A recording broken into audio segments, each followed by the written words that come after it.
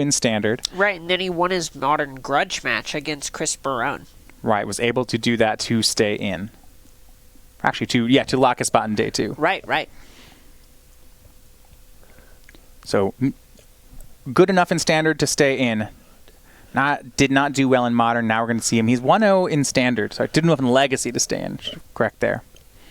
Both players are kept here, though. For our first game, Tomajko is going to be on the play. So, Emma, in a Simic Flash Mirror like this, what are we looking for in the early turns? So, early ramp spells are going to be important. It's a spot where you're comfortable tapping out just because you aren't going to get very punished by the other player doing anything, and hitting land drops is going to be huge. So, with ramp, we're looking at 4 Growth Spiral, 3 Paradise Druid from each player. And we see Tomajko miss putting a land into play off a Growth Spiral here. This is a big swing. It's very early, but blue mirrors in general are defined by hitting land drops because they allow you to maneuver around counter magic. Yeah. Now, it looks like since then, Oliver has found a pair of lands. I believe we see a Breeding Pool and a Castle Vantris. I think that's a Brazen Borrower. Oh, might be just the Breeding Pool he picked up for the turn. So, tap land and a pass. He's going to have to play some defense here then. See Quench up at the front of the hand, along with another Growth Spiral. So, Hobbs plays a land and passes. Does Oliver try to fire off another Growth Spiral here on end step? What's the biggest punish? I think you really need to fire off something like Growth Spiral here on the end step, just because you can't afford to miss these land drops. And if Hobbs ends up using too many counter spells on those kinds of cards, that's going to end up being a win for you. I agree, and I actually really like what Hobbs did here. Taps 2 in response to Growth Spiral, but it's not for counterspell, it's for a Growth Spiral of his own. Now, on Tomajko's side, big win for him. He hits a land here. Does he hit another? He does not. It's Nightpack Ambusher. Well, that is one of the power cards here. So there are two sides to the Flash Mirror in general, the recipe for success. You want your early interaction, and then you need a couple of haymakers to make sure you can actually close out the game. And Nightpack Ambusher, a lot of times, just kind of feels like a Planeswalker, where it generates a 3/3 every turn. And we get to see Hobbs in the driver's seat. 5th land and a pass. He is up on mana. That's going to matter. And I like the way Hobbs is using this. He's identifying that Tomajko's struggling with land drops, and so he's just going to tread water for a while. Tomajko, opt the draw. Willing to spend some main phase mana to try to hit that land drop. And the idea here is if you hit the land drop, this card isn't exactly a free spell, but it's not far off. Yeah, it's mana neutral, and you really want the land drop. Exactly. Just developing those resources are going to be so big, and we can see that Tomajko's hand's a little clunky here. And that was an interesting choice. Tomajko had to decide whether or not Temple of Mystery was good enough to keep on top. Decides it was. The Scry of Temple keeps on top. I just have to assume everything that's on top is a land here. Yeah, that's what I would be assuming. I see some 4s in his hand. We see there's a Nissa as well as a Quench. So having 4 mana spell plus this 2 mana piece of interaction is going to be big if he can get that 6th mana source. First big check here. Tomajko says go. Hobbs had 5 mana on end step. I was wondering whether he would try for some kind of threat. So there isn't anything super punishing that Tomajko can do here. If it's something like a Brineborn Cutthroat, that's going to give Hobbs a window to resolve something like Nissa. So Tomajko can't actually do anything like that. Instead, yeah, Hobbs just goes for Castle Vantris. That's what he uses the advantage of.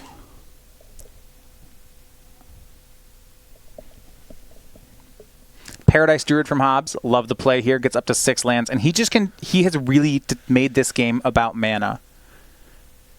And to me, I find this interesting. So they're in these tempo mirrors, hitting land drops 3, 4, 5, 6 often feels really important. But there is a spot where the mana stops mattering. Their decks don't actually just scale to 9 or 10. Right. So one of the nice things about the Simic Flash deck is it actually does scale better than some of these decks have historically because it has mana sinks like Hydroid Krasis, like Nissa, who shakes the world.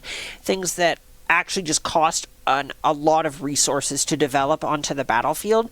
So we're going to reach a point where there's going to be a big counter war, and you're going to want to have 8, 10 lands for that point. But anything past that's about the line where you kind of want to stop drawing those cards and just want to find action. Tomajko, 6th land, that was the one he had scried to the top off the temple. So he's back to playing off an unknown deck. And we go to Hobbs. He untaps with 6 lands, a Paradise Druid, and makes his 7th in Temple of Mystery. It's interesting to say, Tomajko has missed on these cards. You look at his graveyard. 2 Growth Spirals and an Opt. I mean, they're all cantrips.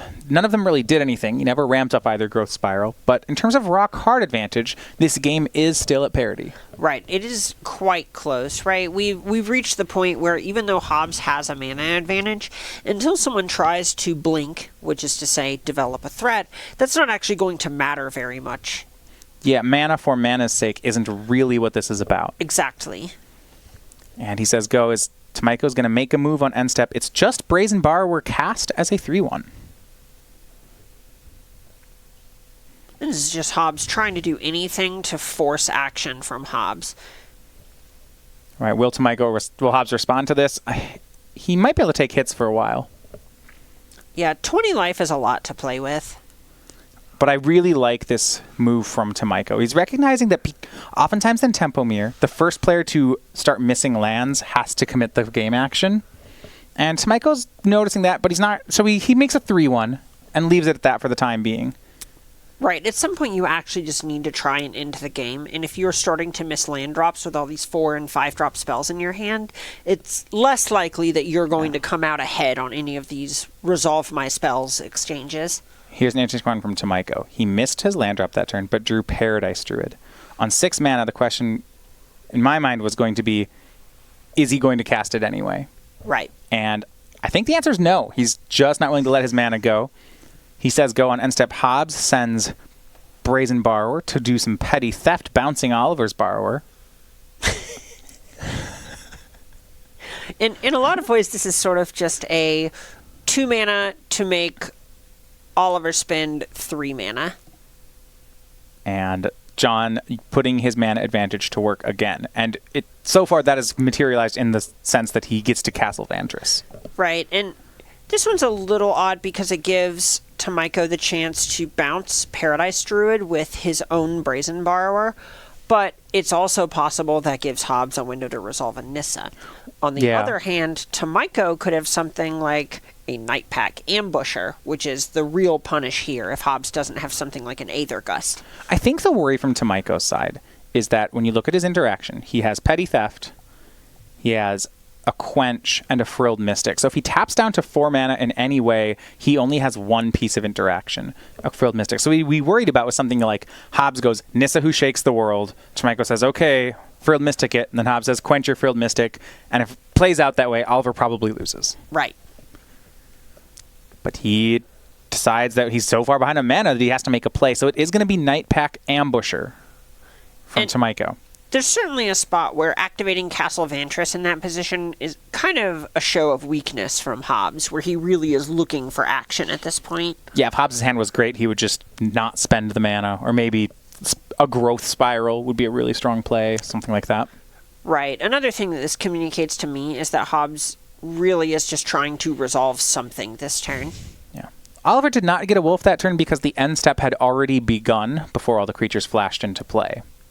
We go back to Hobbs, though. Main phase, he will send another Borrower on an adventure to bounce the Night Pack Ambusher. First time we've seen Hobbs miss a land drop. And this is about the spot where you're a bit more comfortable with that happening. You already have your 8 mana. You might want 1 or 2 more lands, but that's about it. Interestingly, in this matchup, when both players have Brazen Borrowers, you can reach a board state where no one ever runs out of cards, where they kind of just take turns looping through and bouncing each other. Oh yeah, I'll Petty Theft your Brazen Borrower, who will then Petty Theft that Brazen Borrower, who will then... And they're just borrowing from each other over and over. It'll be fine. This is interesting. So Oliver says go. Hobbs goes for an end step Brazen Borrower, and Tomajko's actually going to Frilled Mystic here. All right, maybe it's time for a fight. Let's see it. Aether Gust on the Frilled Mystic from Hobbs. I'm a bit surprised that Oliver chose this window to pick his fight. Right. I think it's just him trying to get on the battlefield and recognizing it's going to be hard to resolve this Frilled Mystic at all. Quench from Oliver and main deck Mystical Dispute from Hobbs. Can Tomajko Mystical Dispute back? He cannot, which means Hobbs is going to untap with full mana. Now, here's my question. Either Tomajko has made a big an all-in play here and lost, or what he's done, and this is pretty high level, he looked at those Scry 2s and determined, Hobbs, I don't think you have a Nissa. I don't think you have a big play to punish me here. I'm going to tap out and see what your worst actually is, and look at this. Right, and well, we saw This is Hobbs sick. not cast anything last turn. Right. Right, he had the ability to do so, and these counterspells say that Hobbs had protection, but nothing to do. Tomajko just lost a counter war, and you'd think that was a mistake, but it's actually according to plan. He just played enough of this to realize that he can lose a counter war. Hobbs can't punish. Right. Hobbs' biggest punish is a pair of 3/1 flyers, and Tomajko can deal with that. Exactly. You just can bounce one of them, block the other one, and go about your business. And yet Tomajko, you see here, I'm wondering, there's a Hydroid Krasis in his hand. Does Tomajko just Krasis for 4 or for 5 and just, start doing, he has the freedom to make those plays. Right. And it's a little tough to do something like that just because you have so many cards in hand. You're closer to looting than actually drawing cards. We might even see just something like him jamming a Nissa and calling. Sure, saying, I don't even know if you have counter spells. Right. Just show me what you have. Hobbs is down to 2 cards in his hand. I suppose you could even Krasis for 1 here is actually pretty reasonable. It's a pair of 3/1s. Sure. A really heads-up move, and this is the thing I'm happy to see out of Oliver's. How do you play a Flash Mirror when you don't always get to be the player with more lands? You don't always get to be the player with a better draw. When that happens, what do you do? Right. Swing for 6 from Hobbs. Tomajko did not spend any of his main phase mana. He's going to have to at some point here. And it looks like Brazen Borrower, not Petty Theft. He's just going to cast the 3/1 here. Depending on and the trade some. texture of Hobbs' hand, I might have liked an attack from the Paradise Druid. I agree. Just because it's easier to even just use 2 quenches on something like Nightpack Ambusher. And if you're applying pressure, you're low on threats, and Tomajko has all these resources, the onus of action is sort of shifted where Hobbs is now the one who needs to get the game over. Yeah. And this is really nice. You see Oliver now, he's now positioning himself from a position of strength. He sees the Hobbs, end step, Castle Vantress, 2 cards to the bottom. Tolliver says, no problem. Here's Nightpack Ambusher. And we see a tempo quench from Hobbs. And Tomajko, he's still not worried. He says, I'll pay. Hobbs spends his last quench. Sure, it's a counterspell. You got it.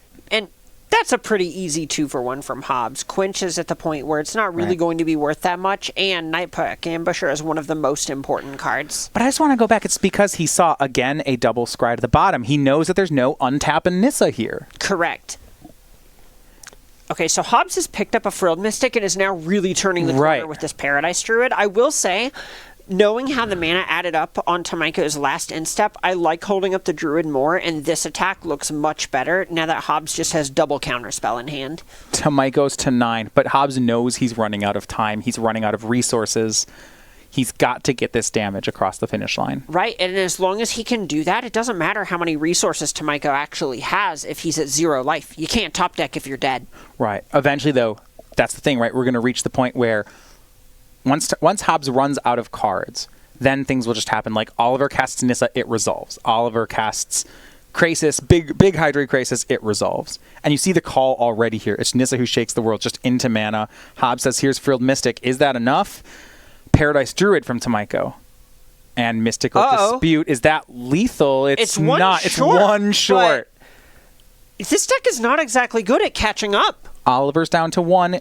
And it's a land. Maybe. Oliver's at 1, but he has Hydroid Krasis. Can he stay alive? Krasis can block one of these. He's got to find a way. Hobbs is basically out of cards. Okay, so if you hit an untapped land here, you can Brazen Borrower 1 creature. You gain 2 life off the Krasis, and you barely survive if you take the Paradise Druid. And that's what he's hoping to do. Here's Hydroid Krasis, Oliver to 3. He needs an untapped land, and he finds it.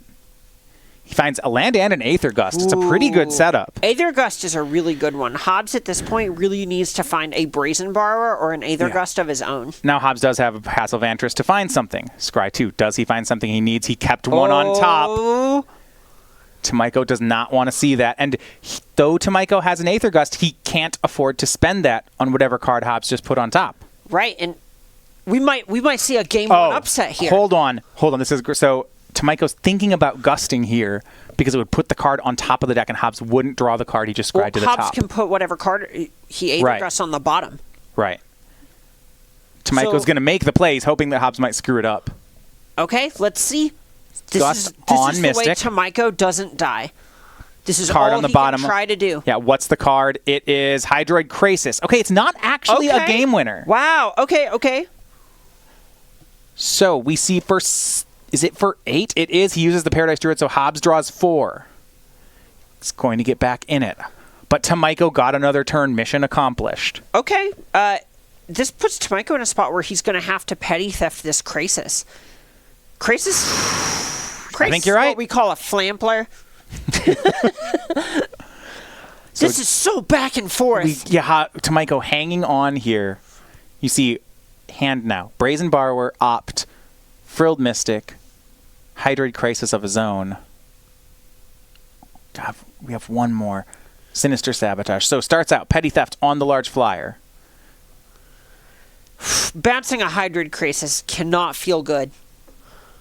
No, he's going to have to counter it on the way back down. And Oliver's in a mode where he's at a low enough life total that he's making the best play for this turn and figuring it out later. Exactly. All you have to do is guarantee you get to untap again. That's all you can do.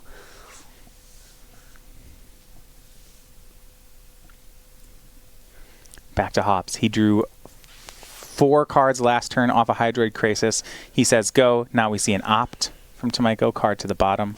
Hobbs just has more lands, more cards at this point, and these Castle Vantresses. He's got to feel good about the long game here. Well, he has more everything, but you see, even with all that mana and the Krasis, Hobbs said go. I mean, and this feels like he's going to try to overload Oliver's mana here with a big end step play and then more plays on the main. So we see Paradise Druid from Tomajko. 7 more mana. He says go. He has Frilled Mystic and Sinister Sabotage. He has the quad blue. So this looks like, I believe it's an end step Frilled Mystic. It might be trying to counter the Paradise Druid. It's just another lethal attacker. Oliver gonna Mystic the Mystic. He's got to fight here. Right, this is a lethal Frilled Mystic if it counters the Paradise Druid. Hobbs is gonna fight back. Oliver has 1 more counter spell. He can't win a counter war with 2.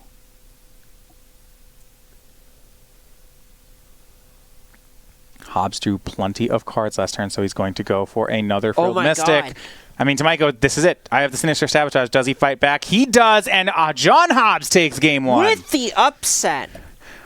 Unbelievable from Hobbs there. It feels like there were so many precise decisions that led to exactly this result and him being able to deal exact lethal on that final turn. And you see, unfazed here, Oliver just goes straight to the sideboard. Right. Both players knowing the match is not over. That was 1 game.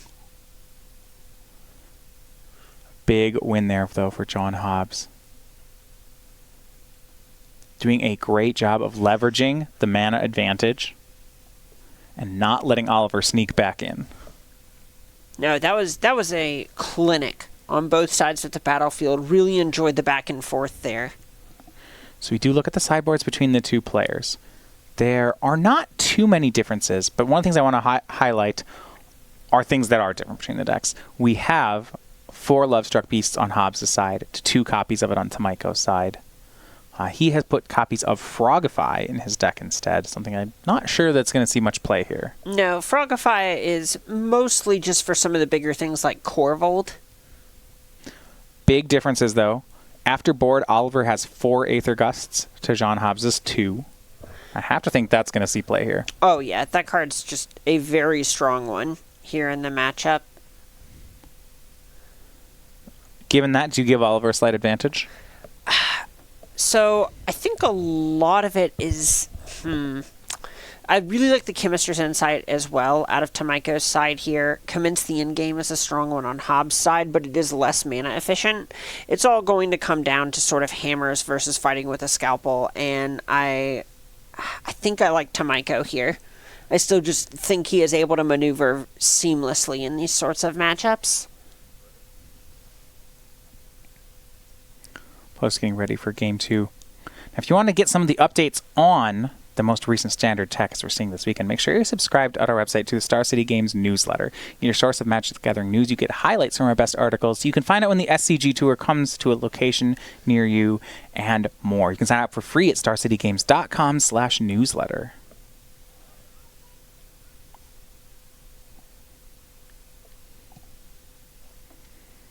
Would be a big win for John Hobbs here if he can get the Flash Mirror over to Tomajko.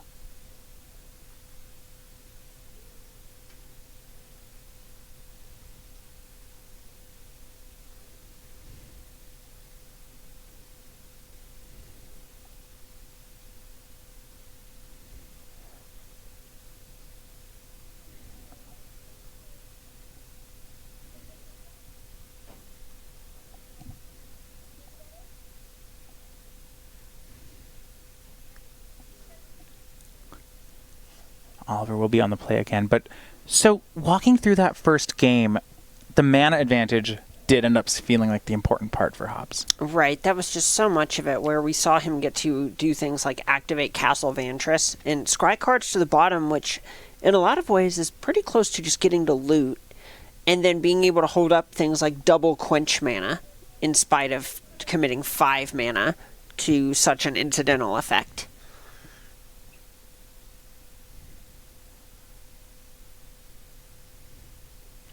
Game 2, Tomajko keeping 7 on the play.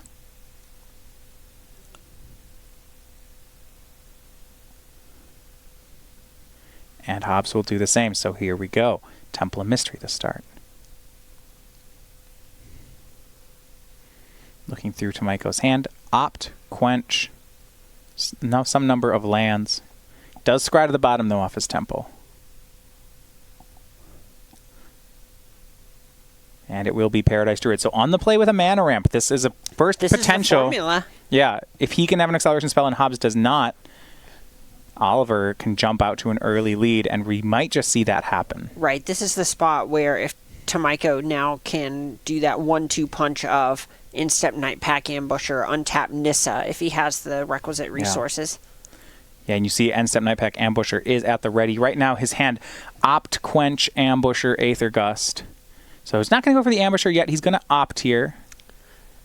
I would assume this means that he is low on threats or low on lands. It looks like his hand is... The last card is Mystical Dispute as well. So I think it is Night Pack Ambusher and a stack of counterspells. He decided to opt Brazen Borrower to the top of the deck rather than putting it on the bottom, which now he's thinking about just making a 3-1. Sure, and...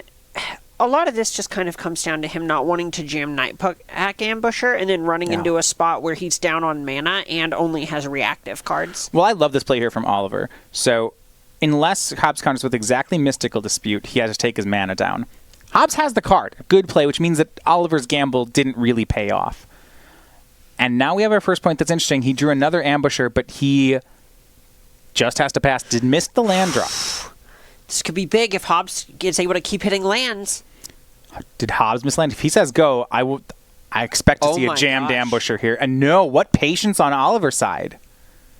Ooh. On the missed land drop, I mean, if he had land 5, because Tomajko has Mystical Dispute, I think he then jams Ambusher. But to Hobbs' side, nobody hitting land. Oh, is this a discard step? If Hobbs is discarding, I know in tempo matchups, then Oliver's not going to make any plays. Right. Both players sticking on 3 lands. Hobbs so tight on mana, even if he draws something like Opt, he might not have the flexibility to fire it off. Right, you just want to make sure that you're actually going to win a counter war. Yeah, and you see that 3-mana up, he has to discard his Sinister Sabotage. Right, and he just has the read that that kind of card isn't going to resolve here.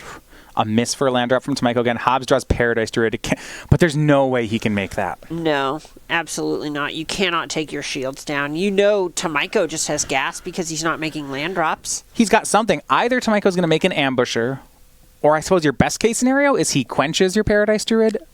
Right. None of these are, it's... You don't want to cast spells into the mana here.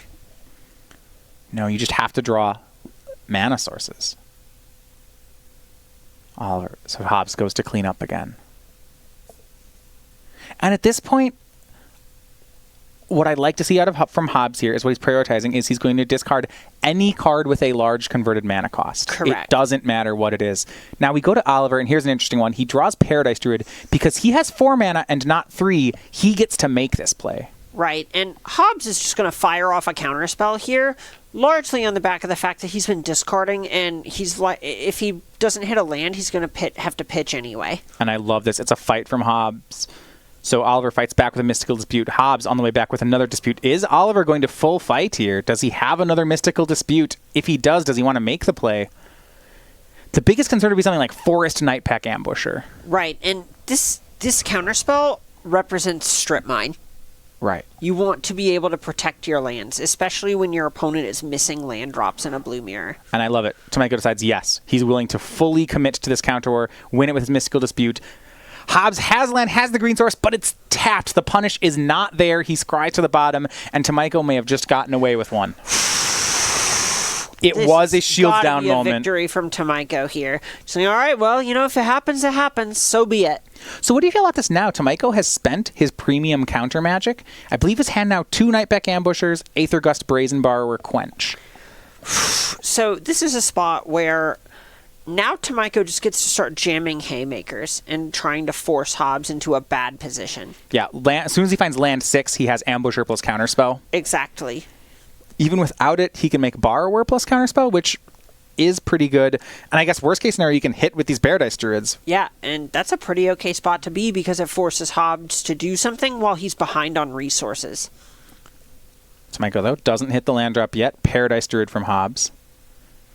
Not sure that Tomajko wants to let Hobbs back into the game like this. So he is going to Aether Gust the Druid. And John Hobbs just can't fight over this. No, not at all. And we see Brazen Borrower end step, and Hobbs is going to fight back. But if he fights back, he's with Quench here. Uh-oh. And now the Ambusher's going to come down. I mean, good on Hobbs that Tomajko did not hit land 6 here. It gives Hobbs some play. So Tomajko needs to think now if he even wants to develop this Ambusher, since it would give him a shields down moment. If Hobbs say... Right, he doesn't have to. Right, he doesn't know the contents or texture of Hobbs' hand. So if Hobbs goes, say, Nissa, untap my breeding pool, Aether Gust your Nightpack Ambusher, Tomajko might just lose the game. You're right. He's thinking about the patient play of just saying go. Or maybe even attacking with these Paradise Druids. Or one of them. Or one of them leaving up 2 blue spells. Correct. Yeah, I mean, from Oliver, he's playing on margins, right? This whole line was set up so that if he won the counter war and top decked the land, he could have closed this out. That didn't happen, but now Hobbs says go, and there's the land from Tomajko. About a turn too late, though. Tomajko really just... Not much he wants to do in this spot. I mean, do you think he can end step the Ambusher anyway, right? Correct. In this spot, he can instep an Ambusher, Quench, and then Ambusher if he wants to take that sort of line. With 4 lands, Hobbs says go. And now from Tomajko, we see the Ambusher. He knows there's blue cards in Hobbs' hand. Both players know what's about to happen here. Right. You can see it on Hobbs' face. He just... All right, well, how do I maneuver through this? Right. Because all the interactions at 2 mana, or most of it is, once you start getting behind by 2 mana sources, these things start to happen. Looks like with the spell in the stack, Hobbs is going to Aether Gust. And from Tomajko's side, he can fight back. He can also just let this happen and do it again next turn. Exactly. That's the trade-off with Aether Gust. If you're not under any sort of pressure, it just feels closer to something like Remand than a real counterspell. Right. So Hobbs, he does draw a land, passes, and Tomajko is going to run it again. Here's Nightback Ambusher. He intends to run Hobbs out of Aether Gusts. He's leaving up mana to pay for Quenches. Hobbs going to go for Sinister Sabotage. Now we get to see whether Tomajko cares. He has the 6th land. I think he can fight back here.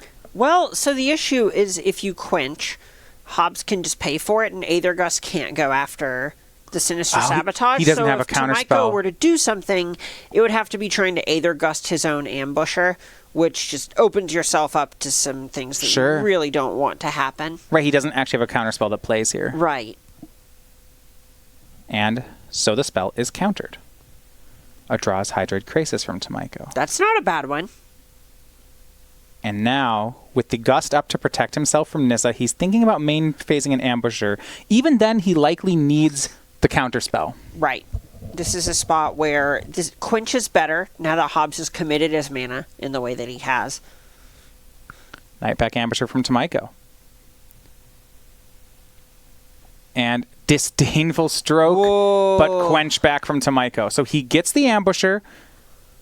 He will get the Wolf on end step, but the shields are down. Hobbs has bought himself that, and he has Nightpack Ambusher of his own, but that is not as good. Yeah, and this opens Hobbs up to something like Aether Gust, just blowing him out of the game. Right, and now with the Ambusher in play, and Hobbs down on mana. I mean, Mystical Dispute, actually, Tomajko has mana. Yeah, there's a lot to like about Tomajko's position, since he can also just pass. Right, pass, get his Wolf, upkeep. Draw step. At some point, shoot this Ambusher, and Tomajko going to show the strength of getting to untap with Nightpack Ambusher. He lets the ambush trigger resolve and then still just does it during his end step after that. And I think that's why those lands are still tapped. Exactly. Very, very specific sequencing from Tomajko here.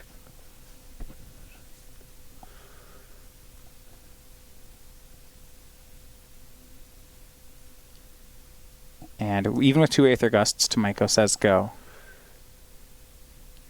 Lets Hobbs draw during draw phase. Gusts the Ambusher.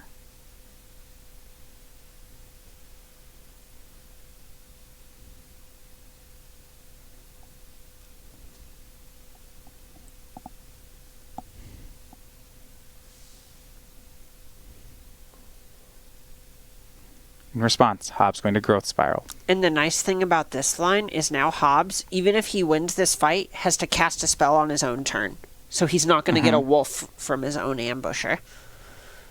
Right. I mean, as soon as... At some point here, Tomajko's Ambusher, once it makes, 2 wolves, the game becomes pretty lost. Exactly. That's the point when Tomajko could even... He's just going to be far enough ahead on resources that this blue-green deck... on Hobbs' side, it's going to struggle to come back. Paradise Druid the play from Hobbs. And now Tomajko showing some advantage. Growth Spirals here.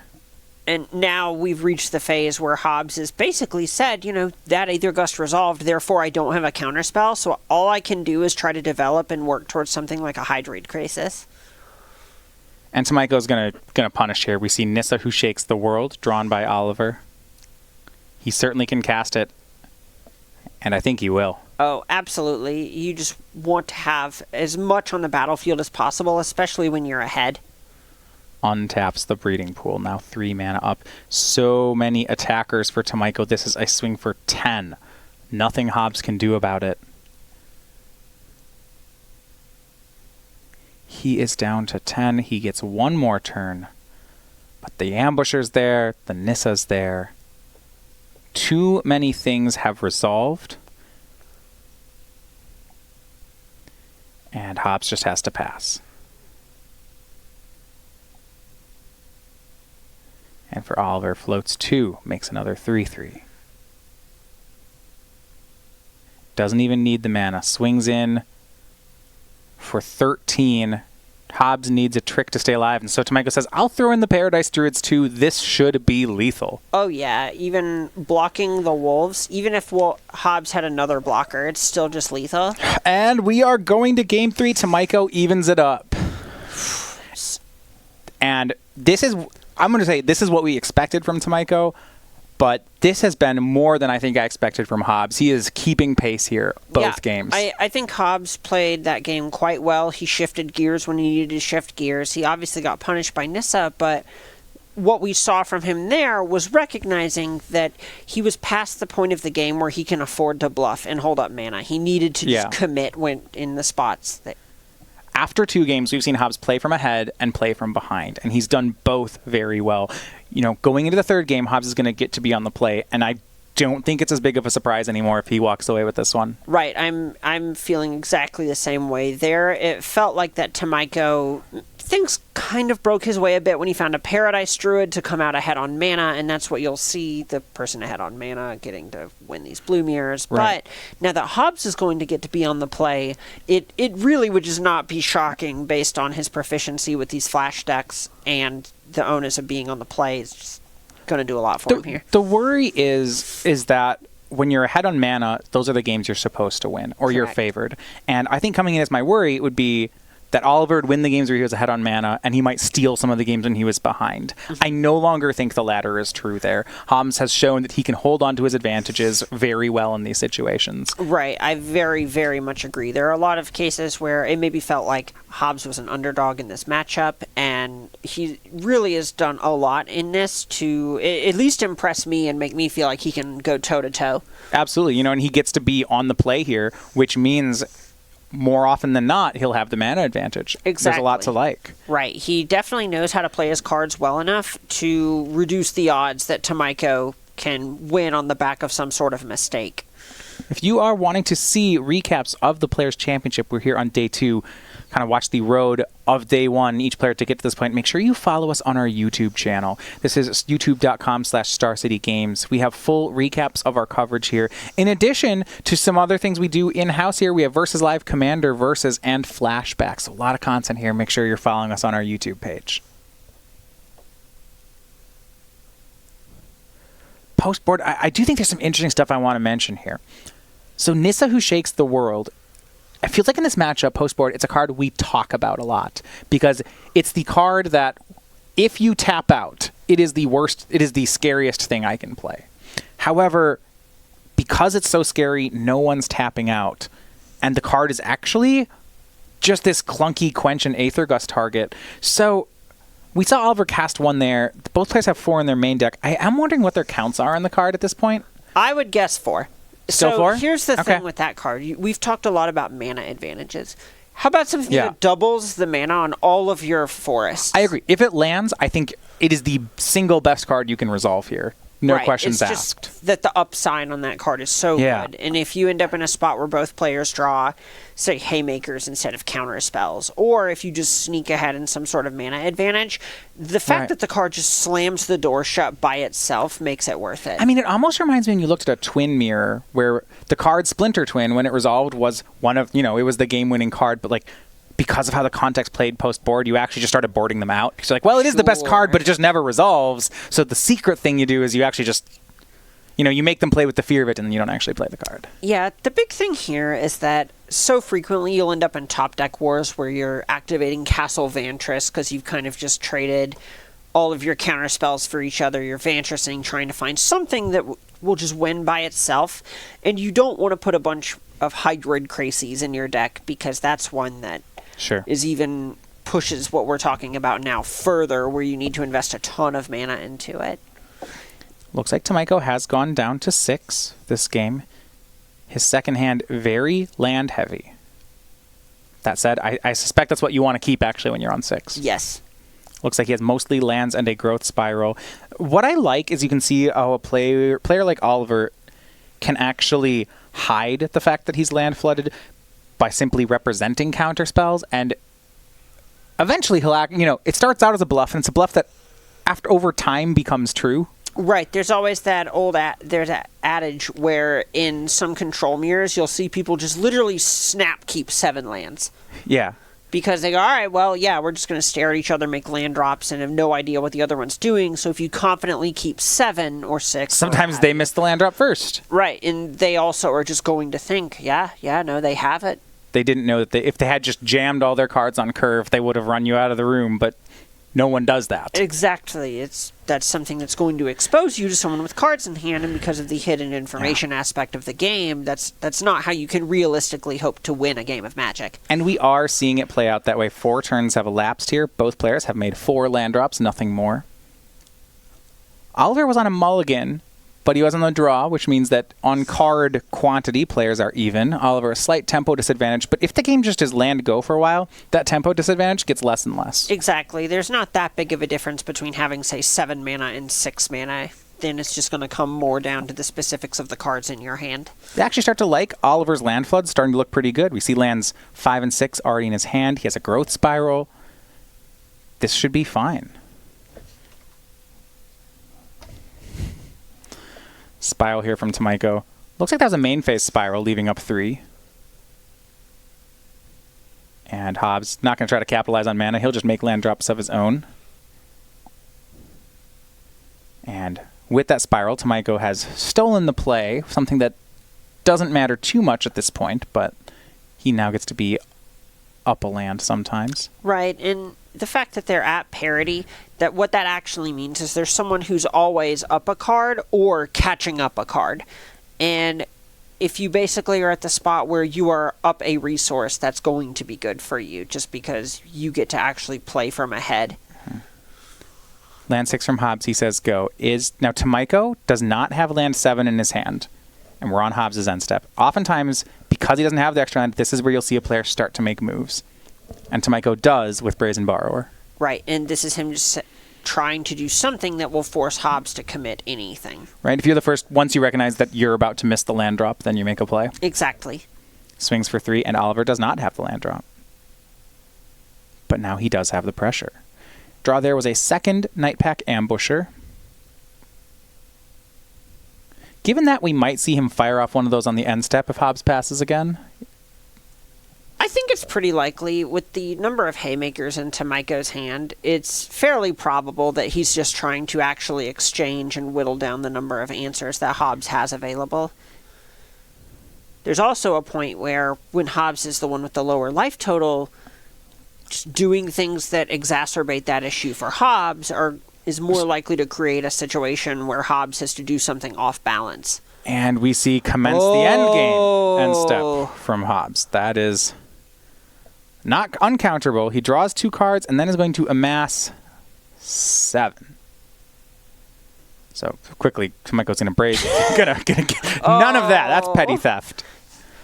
Interestingly, he didn't Nightpack Ambusher there. No, and this is just trying to represent that he can do something about a Nissa. He knows Hobbs has 3 fresh cards at this point. Right. You don't want to just be dead in the water to that. One thing I'd like to see Hobbs do, and we saw Tomajko do this game 1, is based on the plays you've seen so far, I think there's some suggestions that Tomajko might not have very many reactive cards, and I wouldn't mind to see Hobbs just start to jam cards here. Right. And I like how he's turned the corner. He's made, I think, on the same thought here. Mm-hmm. Yeah, he just also wants to make sure that he's not discarding cards to hand size and is actually just getting value out of his cards rather than it feeling like he's just looting. Says go, 4 mana up. Is Oliver deciding if he wants to throw an ambusher into some counter spells? And this is a spot where I'm inclined to think no. Yeah, and he is as well. Draws Growth Spiral for the turn. But it's hard. He is behind at this point on mana and on cards. Right. This is something where a 3 life difference is not really going to help you. You may think that you just want to jam something like Hydroid Crisis to try and get up on cards. And Tomajko decides the best course of action is just to wait for things to get better. And this is understandable because even if you're behind on resources, you're not actually under any real pressure yet. What he needs to do is at least represent the counter spells if he doesn't have them. Exactly. But in game 1, we saw Hobbs. He knew how to use an advantage, and at this point, he has the advantage. Mm-hmm. He recognizes that he doesn't need to act here. No, Oliver is waiting for Hobbs to make a mistake. Jonathan has not done it yet. Just the land and the go from Hobbs. 4 mana. It is Nightpack Ambusher from Tomajko. He knows this isn't going to resolve. The question is how. All right. So which version of Counterspell do right. you have? I mean, does Hobbs just have a bunch of lands? He's got lands, Brazen Borrower. I mean, has Tomajko sniffed out that there's not much here? That would be pretty wild. We see Aether Gust from Hobbs. Is Tomajko going to fight? No. Puts the Ambusher on the bottom of his deck. Love it. That is communicating that there's more of where that came from. And I like that play from Tomajko. He needed more counter spells. He was heavy on threats. So he said, yeah, I'll trade my threat for your counter and then bottom the threat. Because that's not really what I wanted. Right. And that's ultimately the goal of this play pattern from Tomajko is he's turning these Nightpack Ambushers into things that trade for counter spells, which sounds bad, except when you have several Nightpack Ambushers. Here's interesting. We see a Scry 2, both cards to the bottom from Hobbs. Oliver's going to hold him right there and says, all right, oh yeah, I saw 2 cards to the bottom. Let me make this Nightpack Ambusher. It's an ambush. Yeah. If he starts letting Jonathan free roll Scry 2s on his end step, that is the beginning of the end. Exactly. Now, is this Nightpack Ambusher going to get bounced or gusted or something? Yes, absolutely. Right, but this is Tomajko at least making Hobbs commit those resources, right? This is a spot where even if Hobbs isn't down a card from using that borrower, he no longer has access to that copy of Petty Theft anymore. And we see a land and a go from Hobbs. And Tomajko, I love this adaptive play after he saw a Scry 2 to the bottom. Normally, he'd hold up a spell for a Nightpack Ambusher. He says, yeah, you don't have this. I'm going to just Growth Spiral. Yep, show me. Yeah, make your play. And look at this. The free roll of the Growth Spiral, successful for Oliver. Yeah, and this is a lot of what we saw in the first game where things were really close to just spiraling out for Hobbs because he just didn't have anything to do for so long. Says go. It's another Scry 2 for Hobbs. And at this point, I think we're going to see Nightpack Ambusher again. He can't let Hobbs do this for free. If he does, he will lose the game. Right. You have to have some way to punish this.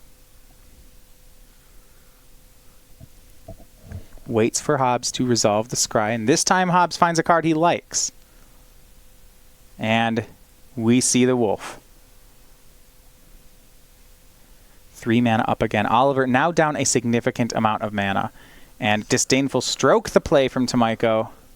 And Oliver's got to fight. It's Quench. His mana is down. And Nissa, what a Scry to the top for Hobbs. Look at that. Yep. Knew what was going to happen there. Just says call. And this is, we mentioned, the best card you can resolve. And I like the Nissa wasn't even in his hand. It was on top. He read the situation perfectly. Flipped it off the top.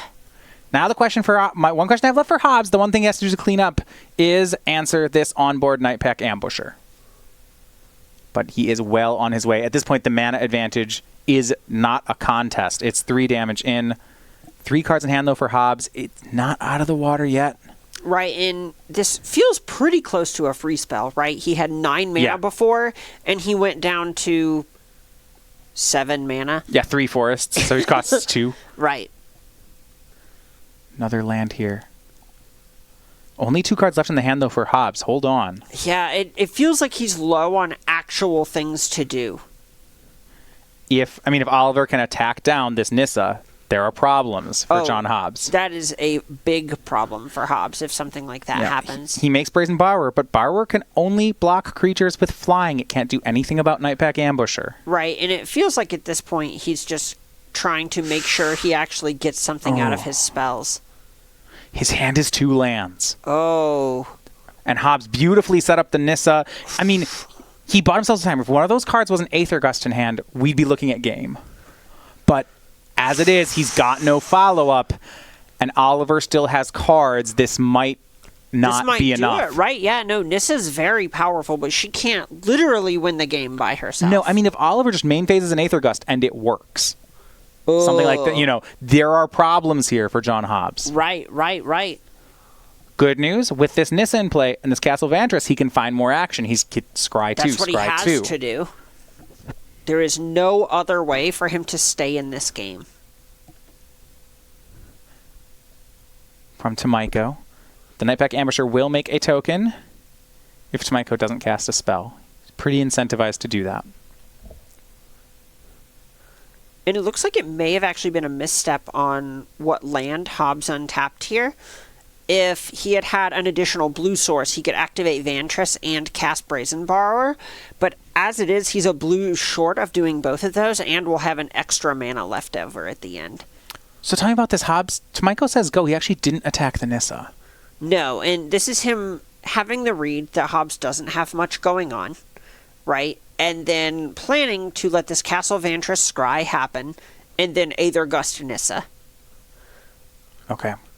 Scry 2 happens. But Nissa will just get cast again, right? Probably, but this is just 2 Aether Gusts? Probably the way that Tomajko tries to do something about this. But does Tomajko have 2 Aether Gusts? Yes. Yes, he does. Oh. That's exactly what he wants to happen. The scry occurs. Yeah, I said this play only makes sense with 2 Aether Gusts. Right. And that's why it makes sense. So, Hobbs resolves the scry. Now, Tomajko gusts the Planeswalker. And Hobbs has got to know there's a second one. Yeah. Right? There's no way. You can kind of see the writing on the wall at this point, too. There's a chance that he's thinking, if he knows there's another Aether Gust, how do I beat that? What is my best possible draw? And if it's not Nissa, what am I hoping to find? This has been a great played match on both sides. Hobbs managing to stick a Nissa in the mirror. But now it's on top. What was it enough? Gonna draw it. And at this point, he's jamming. He has 2 lands in Nissa. There's not too much else to do. And yeah, it's at the front of Oliver's hand. This has all been according to plan for him. Mm-hmm. Both players can see it coming.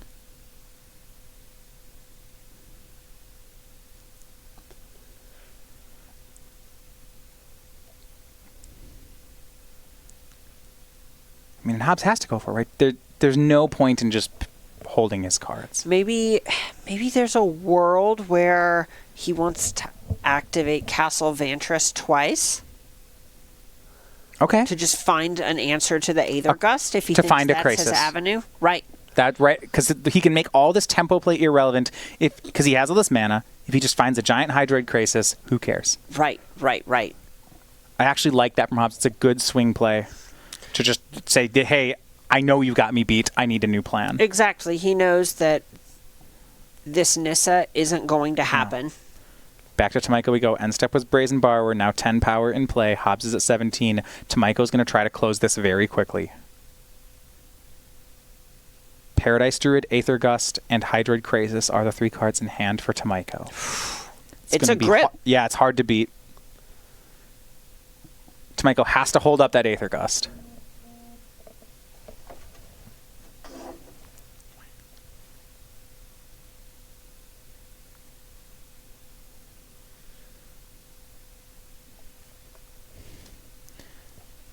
A swing here. Brazen Borrower in play for Hobbs. He needs to keep his life total high by as many turns as he can. Right. There's a point where even a big Krasis can't save you if you just die on the way back. So it Hobbs to 10 on the swing. And Tomajko, if he just passes the turn, he gets a wolf. That's what he'll do. Says go. Wolf into play. Castle Vantress. Now, that play of Brazen Borrower did cost Hobbs one of his 2 castles. Mm-hmm. Scries 2 to the bottom with the other one. He's going to need some help.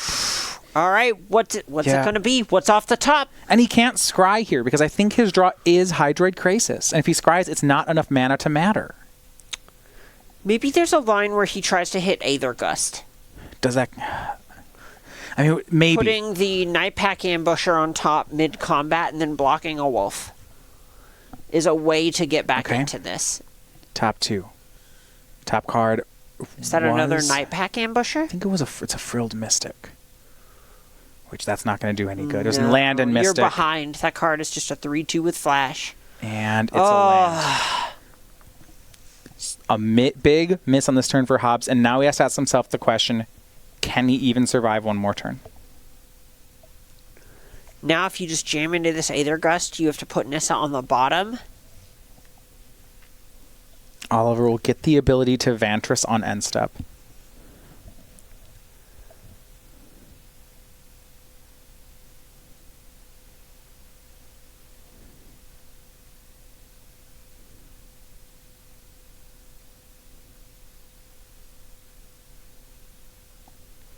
And that's what he'll do. He finds Brazen Borrower.